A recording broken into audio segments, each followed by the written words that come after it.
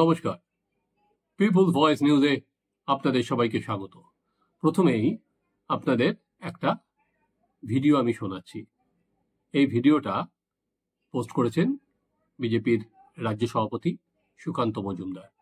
আপনারা শুনে নিন, ওনার ফেসবুক পেজ থেকেই এই ভিডিওটা নিয়েছি আমি।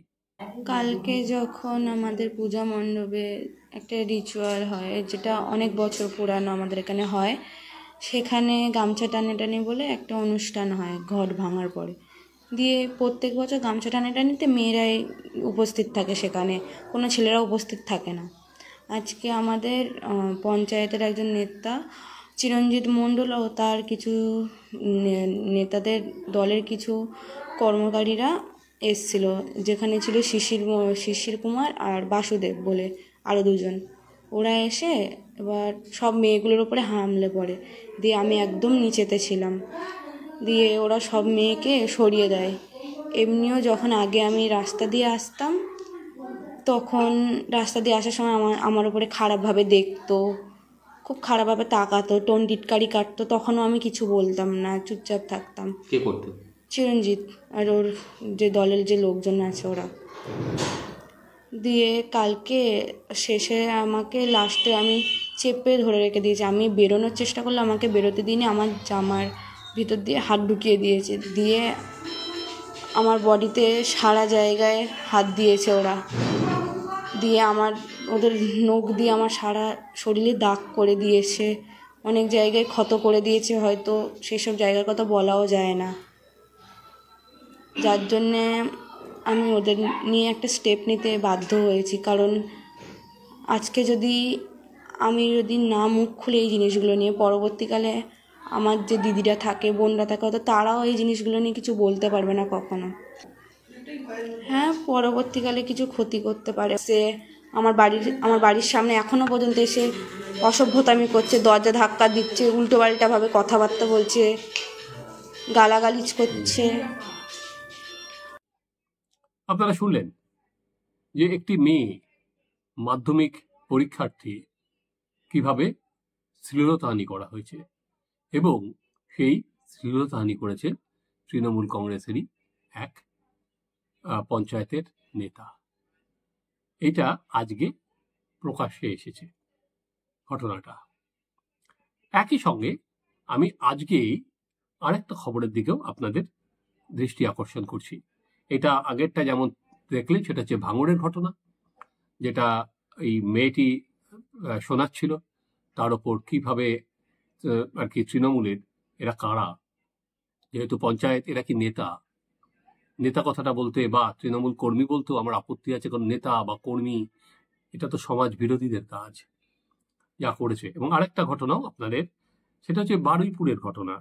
সেখানে বাবা মা কাজে বেরিয়ে গেলেই এক কিশোরীর বাড়িতে আসতো প্রতিবেশী যুবক, এবং সেখানে নবম শ্রেণীর ছাত্রীকেও আর কি উত্ত্যক্ত করতো এই অভিযুক্ত যুবক, এবং তার বাবা মাকে প্রাণে মেরে ফেলার হুমকি দিত। এবার তারপরে যেটা হলো, এই হুমকি দিয়ে দিনের পর দিন ওই নাবালিকাকে ধর্ষণের অভিযোগ হয়ে উঠেছে ওই প্রতিবেশী যুবকের বিরুদ্ধে। এমনকি মুখ খুললে ক্লাস 9-এর ওই ছাত্রীর বাবা মাকে খুনের হুমকি পর্যন্ত দেয়া হচ্ছে, নাবালিকার নগ্ন ছবি ছড়িয়ে দেওয়া হয়। শেষ পর্যন্ত নাবালিকার কাছ থেকে সব জেনে অভিযোগ জানায় পরিবার। অভিযোগের ভিত্তিতে অভিযুক্ত যুবককে গ্রেপ্তার করেছে পুলিশ। ঘটনাটি ঘটেছে বারুইপুর থানা এলাকায়। ধৃত যুবকের বিরুদ্ধে পক্সো আইনে মামলা রুজু হয়েছে।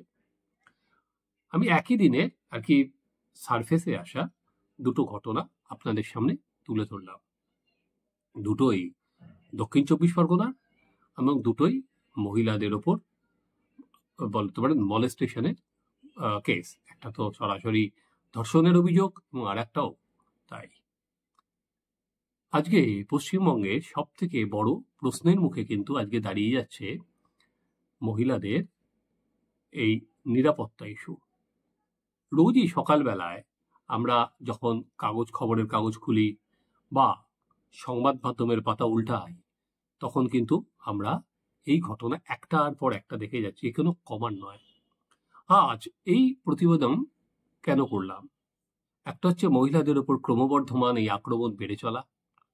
অন্যদিকে আমরা দেখলাম বৃহস্পতিবার দিন তৃণমূলের 11 জন সাংসদ গিয়ে দেখা করলেন রাষ্ট্রপতির সাথে। আমরা আজকে 11 জনের প্রতিনিধি দল রাজ্যসভার লিডার ডেরেক ওব্রায়েন এবং লোকসভার লিডার সুদীপ বন্দ্যোপাধ্যায়কে নিয়ে মাননীয় রাষ্ট্রপতির কাছে গিয়েছিলাম। পশ্চিমবঙ্গ সরকার 6ই সেপ্টেম্বর 2024-এ যে Aparajita women and child West Bengal criminal laws amendment bill 2024-এ যে বিলটি পাস হয়েছে সকল দলের সর্বসম্মতিক্রমে, সেখানে বিরোধী দলের সকলেও সম্মতি দিয়েছিলেন এই বিলটা পাস করানোর জন্য। এবং সেই বিলটি পাস হওয়ার পরে গভর্নর মাননীয় রাজ্যপাল পশ্চিমবঙ্গ সরকারের পক্ষ থেকে সেটি রাষ্ট্রপতির কাছে পাঠানো হয়, কিন্তু সেই বিলটি সম্পর্কে রাষ্ট্রপতি এখনও তার সম্মতি দেয়নি। তাই আমাদের মাননীয় মুখ্যমন্ত্রী মমতা বন্দ্যোপাধ্যায়ের নির্দেশে আমরা মাননীয় রাষ্ট্রপতির কাছে গিয়েছিলাম, তিনি যাতে দ্রুততার সঙ্গে এই বিলটি সম্পর্কে বিবেচনা করে তার সম্মতি প্রদান করেন। এবং সেখানে সুদীপ বন্দ্যোপাধ্যায় ছিলেন তৃণমূলের লোকসভার যিনি দলনেতা, তার নেতৃত্বে রাষ্ট্রপতির সঙ্গে দেখা করে তারা অপরাজিতা বিল, যেটা বিধানসভায় পাশ হয়েছে, রাজ্যপাল সেটা রাষ্ট্রপতির কাছে নিজের কোর্টে বল না রেখে রাষ্ট্রপতির কাছে পাঠিয়ে দিয়েছেন। সেই অপরাজিতা বিল যাতে রাষ্ট্রপতি ইমিডিয়েট ছেড়ে দেন, তাই দাবি জানিয়ে তারা রাষ্ট্রপতির কাছে দরবার করেছেন। কারণ তাদের কথা মতো দীর্ঘদিন ধরে সেপ্টেম্বর মাস থেকে এই বিলটা ঝুলে রয়েছে। অ্যাজ ইফ যে এই বিলটা যদি পাশ করা হতো তাহলে আর এখানে মহিলাদের ওপর নির্যাতন একেবারে পুরোপুরি বন্ধ হয়ে যাবে, সবাই ভয় পেয়ে যাবে। কারণ অপরাজিতা বিলে আছে কঠোরতম শাস্তি, নাকি ন্যায় সংহিতাতে আর কি যদি 18 গা হয়, ওটা 24 গা, তাহলে অপরাধীরা সাজা পেয়ে যাবে। সত্যি কি তাই? আপনাদের সামনে একটা আমি স্ট্যাটিস্টিক্স তুলে ধরছি, সেটা আমি খালি এবছরেরটা তুলে ধরি আপনাদের। এটা আপনাদের কাছে আমি স্ক্রিনেও নিয়ে আসবো, যে এই বছর মহিলাদের ওপর যে নির্যাতনের যে সমস্ত খবর সংবাদ মাধ্যমে এসেছে, সেই খবর যদি আমরা যোগ করি তাহলে কতগুলো মহিলা নির্যাতনের ছবি আমার সামনে ভেসে এসেছে। আমি আমার টোটাল আছে হচ্ছে 34টা। আমি 14 থেকে পড়তে শুরু করছি, কিন্তু তার আগেরটা হচ্ছে আগের বছরের 14, যেটা ক্রমিক সংখ্যা সেখানটা হচ্ছে এবছরের 14টায়। প্রথমে হচ্ছে ডোমেস্টিক ভায়োলেন্স ইন জলপাইগুড়ি, একজন 32 বছরের মহিলার উপর severely beaten by her husband. 15 number হচ্ছে attempting kidnapping in Durgapur, a 16-year-old narrowly escaped. এরকম 16টা হচ্ছে হিউম্যান ট্রাফিকিং। আপনারা স্ক্রিনে দেখে নেবেন যে প্রতিটা ঘটনা এবং কোথায় হয়েছে, তার আমি পুরো বর্ণনাই আপনাদের সামনে তুলে রাখব। তাহলে দেখা যাচ্ছে যে অপরাজিতা বিল পাশ হওয়ার পর যারা অপরাধী তারা কিন্তু দম্বার পাত্র নয়। এবং সেখানে অপরাধী যদি তৃণমূলের পঞ্চায়েত এর সদস্য হন, তাহলে তো সোনায় সোহাগা, পুলিশও ঠিকভাবে হয়তো নড়ে না যতক্ষণ না চাপ না আসে। একদিকে এই সরকার ক্রমান্বয়ে বলে চলছেন যে মহিলাদের তারা স্বনির্ভর করতে চান, বিভিন্ন যে মহিলা স্কিম সামনে আসছে, মহিলাদের তারা সশক্তিকরণ করতে চান, তাদের লক্ষ্মীর ভান্ডার দিচ্ছেন, তাদের একাধিক মহিলা স্কিম আছে, কন্যাশ্রী দেওয়া হচ্ছে। তা এরাও এই যে দুটো মেয়ের কথা আমি প্রথমেই তুলে ধরলাম, একটা ভাঙড়ের আর একটা বারুইপুরের, এরাও নিশ্চয়ই কন্যাশ্রী পায়, খোঁজ নিলে দেখা যাবে। তা কন্যাশ্রী যদি পায়, তাহলে কন্যাশ্রীর যে শ্রী বা কন্যাশ্রীর যে আবরু, সেটা কি আমরা রক্ষা করতে পারছি? শুধুমাত্র কন্যাশ্রী দিলাম আর ভোটের প্রচারে গিয়ে বললাম কোথায় আমার কন্যাশ্রী মেয়েরা, কোথায় আমার যুবশ্রীরা, কোথায় আমার লক্ষ্মী ভান্ডারের গৃহিণীরা। সেখানে অপরাধী যদি তৃণমূলের পঞ্চায়েত এর সদস্য হন, তাহলে তো সোনায় সোহাগা, পুলিশও ঠিকভাবে হয়তো নড়ে না যতক্ষণ না চাপ না আসে। একদিকে এই সরকার ক্রমান্বয়ে বলে চলছেন যে মহিলাদের তারা স্বনির্ভর করতে চান, বিভিন্ন যে মহিলা স্কিম সামনে আসছে, মহিলাদের তারা সশক্তিকরণ করতে চান, তাদের লক্ষ্মীর ভাণ্ডার দিচ্ছেন, তাদের একাধিক মহিলা স্কিম আছে, কন্যাশ্রী দেওয়া হচ্ছে। তা এরাও এই যে দুটো মেয়ের কথা আমি প্রথমেই তুলে ধরলাম, একটা ভাঙড়ের আর একটা বারুইপুরের, এরাও নিশ্চয়ই কন্যাশ্রী পায়, খোঁজ নিলে দেখা যাবে। তা কন্যাশ্রী যদি পায়, তাহলে কন্যাশ্রীর যে শ্রী বা কন্যাশ্রীর যে আবরু, সেটা কি আমরা রক্ষা করতে পারছি? শুধুমাত্র কন্যাশ্রী দিলাম আর ভোটের প্রচারে গিয়ে বললাম কোথায় আমার কন্যাশ্রী মেয়েরা, কোথায় আমার যুবশ্রীরা, কোথায় আমার লক্ষ্মী ভাণ্ডারের গৃহিণীরা। তারপর কারণ এই তো দুদিন আগে রাজারহাটে আমরা দেখলাম মাত্র 11 বছরের একটা মেয়েকে ধর্ষণ করে খুন করা হলো। আগে ধর্ষণ না আগে খুন সেটা আমি জানি না এখনো। এবং তার বউ যে কাহিনী বললেন যে একটা টোটো চালক যা করেছে আর কি, যেভাবে মেরেছে, তা ভাবনার বাইরে।